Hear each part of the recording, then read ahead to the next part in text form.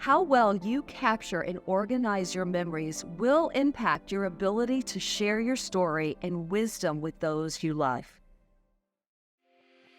Welcome to the Q4 Impact Podcast, where we challenge the cultural norms of aging through scripture, story, and conversation.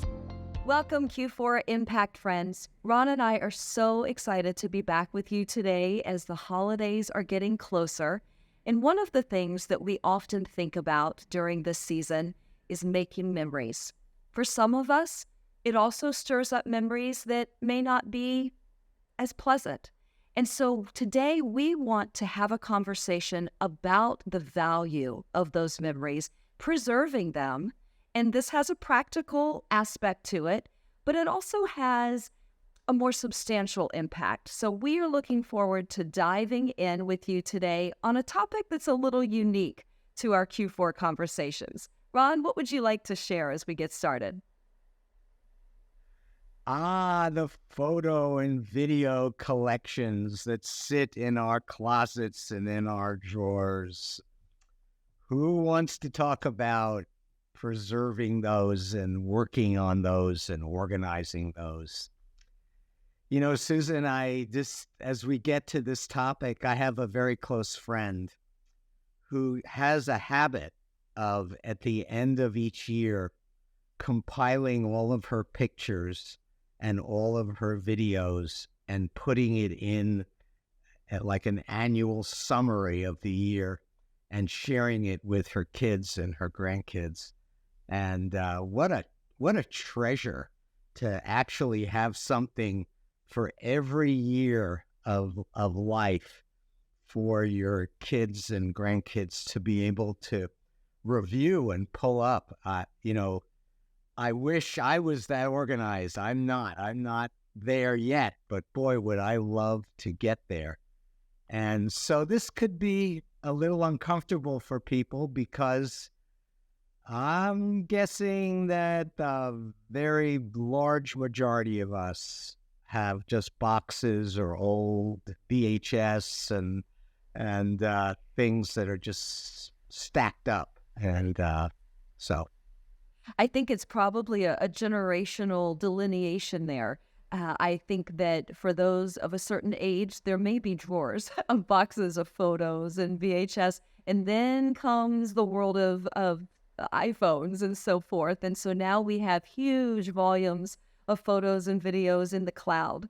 And so in both cases, having them organized in some form or format to be able to access them and know what's there does have value. And I think that's the practical how-to part that we want to talk about a little today, yes? Yeah, and it's an encouragement not to get kind of defensive or to be embarrassed about the state of what your collection is like. I have another friend that I can think of that has 150,000 pictures in their library of photos. And, it's kind of, isn't that kind of funny? Well, yes, it is. And there will come a day when all of us will no longer be here. And so that collection that we have will go to someone else. And so though it may be funny now or cute or whatever you want to call it, it's sad because I know in my experience, I've had both being involved with parents that, were relatively organized and then parents that were not so organized. And boy, is it add a degree of difficulty when our affairs aren't in order. And especially this part of memories where you have video or pictures going back to when you were a child or, your kids were little or whatever. It's so valuable if it's in a condition that can be looked at. But to try to sift through boxes and hundreds and thousands of photos, it's too overwhelming.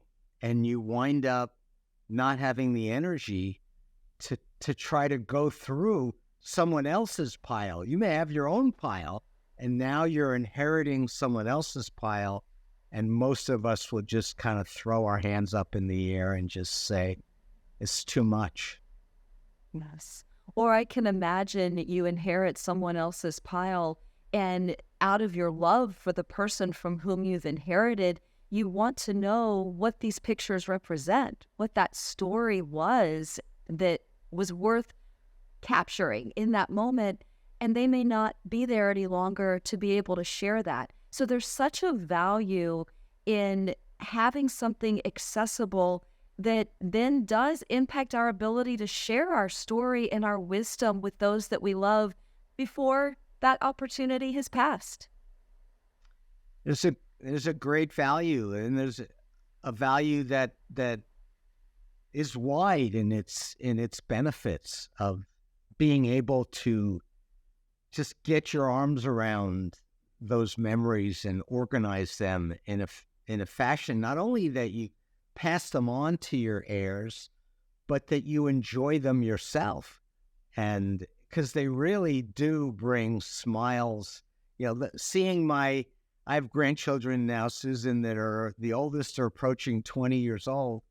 And I have little video clips of them, 5, 6, 7 years old, singing and dancing. And my wife and I, every so often, will pull some of those up, and just the joy and the love that wells up. It generates this kind of energy for us to pray for our kids, our grandkids, to want to call them, to want to write them, to want to continue to invest and pour into their lives. And so there's so many values of organizing our memories. I like that. And I like where you're going in touching on some of the reasons why preserving our memories and organizing them is valuable. And I know that part of our goal today is to actually just pass on a few helpful tips and suggestions along that. But before we do that, I'd like to continue what you've just started. So you've talked about some of the benefits you and your wife have experienced. It encourages you to pray for them, to foster relationship. But there's some other weightier benefits that can come to us as we review our memories through photos and videos. Can you speak to that a little more? Yeah, it's like reading history. History is not only interesting, but there are so many lessons for us to learn and observe of what took place in a different time of life. And that applies to our own lives. What was happening to us? How well were we doing? Are there observations that we make that just help us to put into practice things today, because we maybe see a weakness that we might have had at an earlier stage, or maybe we're reminded of some vacations that we took, and it spurs on the desire to say, we haven't gone on a vacation in a while. You learn from history. And so having these things accessible is so important and can be so useful and beneficial to our lives. And for the last few years, I have pictures of my niece's weddings, and I have pictures of old friends from 20, 30 years ago, 40 years ago. And every so often I'll send a friend, a few old pictures. And it always brings such joy to someone. It's a gift to say, oh, wow, I never saw that picture. What, can you send me a copy? And it's so great to be able to do things like that. In fact, Susan, I have some pictures of you. I'm going to send you some old pictures. The before and the after. Oh, our friendship does go back quite a ways. So you see the progression for sure. Yes, you do. Do you know, one of the things that I want to touch on, and I spoke to it briefly in the introduction, but that is that not all of our memories that photos have captured still hold the same positive feelings. Not all of them give joy. Maybe they did in the moment, but we can look back and they now stir something that's painful or a recollection that is more challenging to consider. And I don't want to ignore that, because I think this can often be a reason that stops people from maybe rolling up their sleeves and going through them. So let's talk a little bit about that part, Ron. Well, I think I would say that I learn possibly more from the difficult parts of my life than I do from the pleasurable parts. And I'm just one that's not afraid to look back and recognize that, yeah, that was a really hard season. And remembering even the painful parts, there's always learning. And to cover things up or to say, I don't want to think about it, I don't want to see it, I don't want to talk about it. Well, though I understand that, I also think that there's a loss of not being able to just go back and say, yeah, that was a terrible decision I made. And it's not that I don't want to, there isn't benefit to just recall that decision and maybe even think of, why did I make that decision? And then try to learn something from the mistakes that I made. So It is so true. And, I sometimes will feel led to share something at church. And usually the telltale for me is when my heart is beating a little faster. And I will confess that my heart is beating a little faster now because I feel led to share something about which I have not yet spoken in any of our podcasts. And that is on this very topic, because I had a very long marriage that sadly did end in divorce.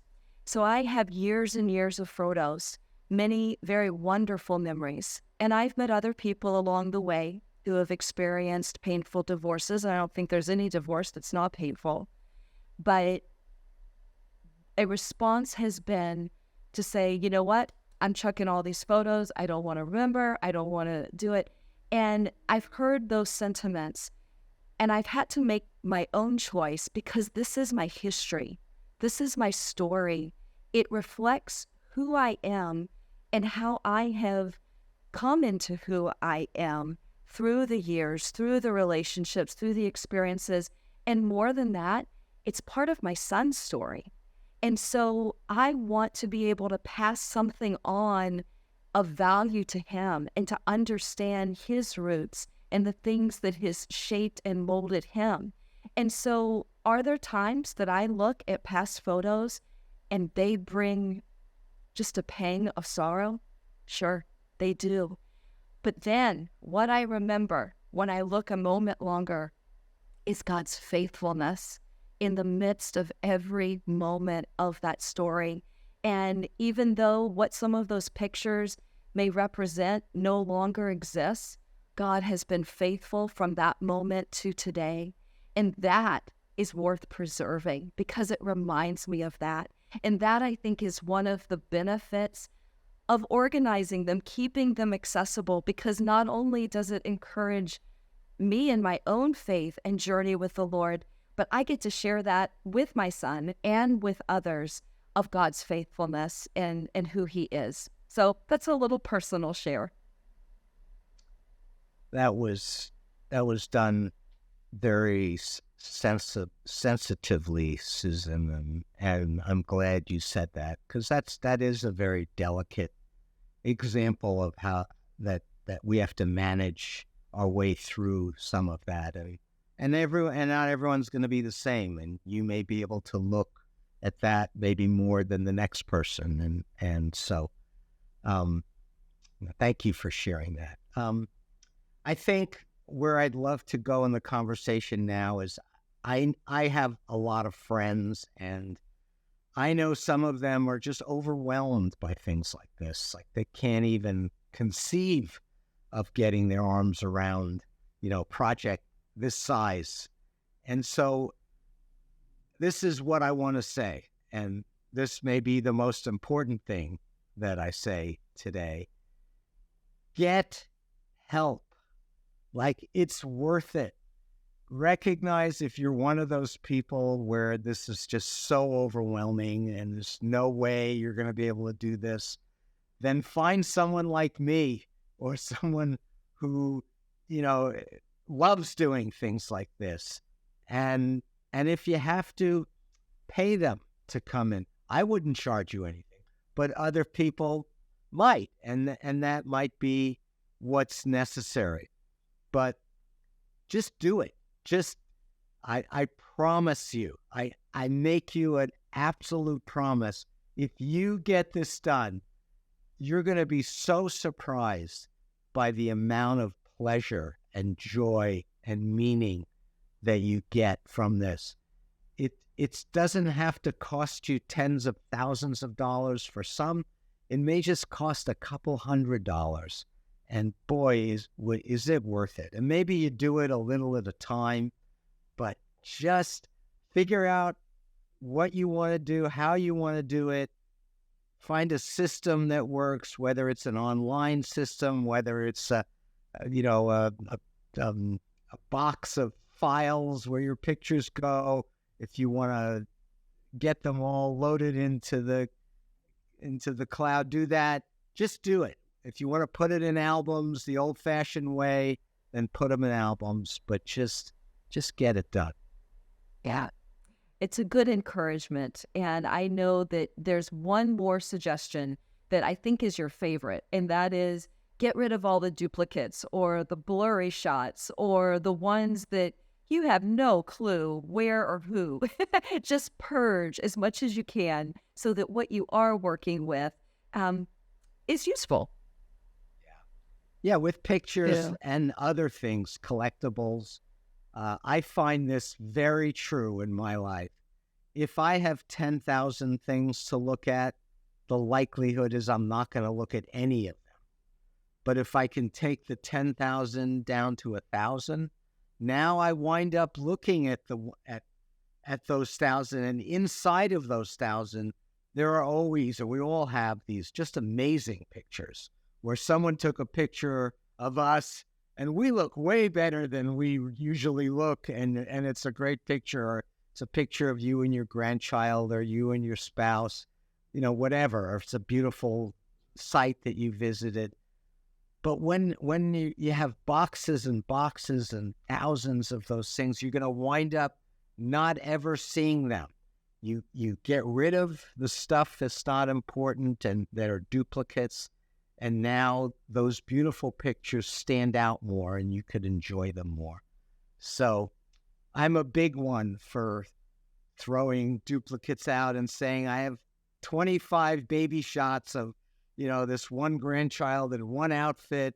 Like, pick the 2 shots you like the most and just say goodbye to the others. Yeah, so it's hard. But, yeah. Well, this podcast is going to be a little shorter than normal, so I want to start bringing us to an end.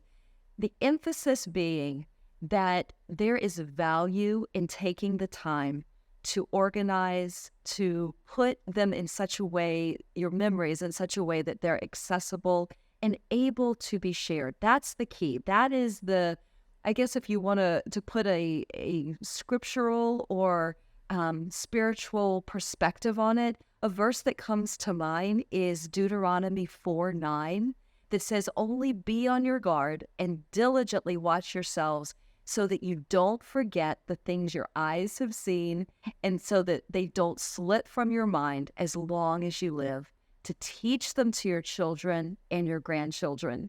And I don't know if that verse has ever been applied to preserving memories, but there you go. I think it is an outstanding way to be able to pass on our story, our legacy, the wisdom, the lessons we have learned, the faithfulness of God that we have experienced. Ron, is there anything else you'd like to add? Just do it. Just make it a goal. And I know it'll be a long project, but just get started and you will be very, very glad that you did. Absolutely. So, our challenge to you as we come to a close is, what will you do to preserve your memories? We'd love to hear from you in the comments, or conversely, maybe it's not what you're going to do, but what you've already done and how you have seen the faithfulness of God evidenced through the photos that you've preserved or that you review to recall. So as we head further into this Christmas season, all of us are going to be making memories. And Ron and I have written a book called The Wonder of Christmas. And we would like to invite you to purchase this book, which you can do so on our website, which is www.myq4impact.org. And it's also available on Amazon. Our desire in creating this book is that it could be a tool and a resource for you to make new memories, keeping Jesus at the foremost of all of your Christmas celebrations. So we invite you to enjoy that treasure as well. And next week, we're going to be tackling a subject that I think is very fitting for this time of year, because I don't know about you, but probably like no other time of the calendar am I more distracted than during the holidays. And Ron and I are going to be talking about how to manage our distractions. Look forward to seeing you then. Thank you for tuning in to this episode of the Q4 Impact Podcast. Please make sure you're subscribed to this podcast on whatever platform you're listening on, so you continue receiving encouragement and practical tips on how to live your fourth quarter continually impacting the world around you for Christ.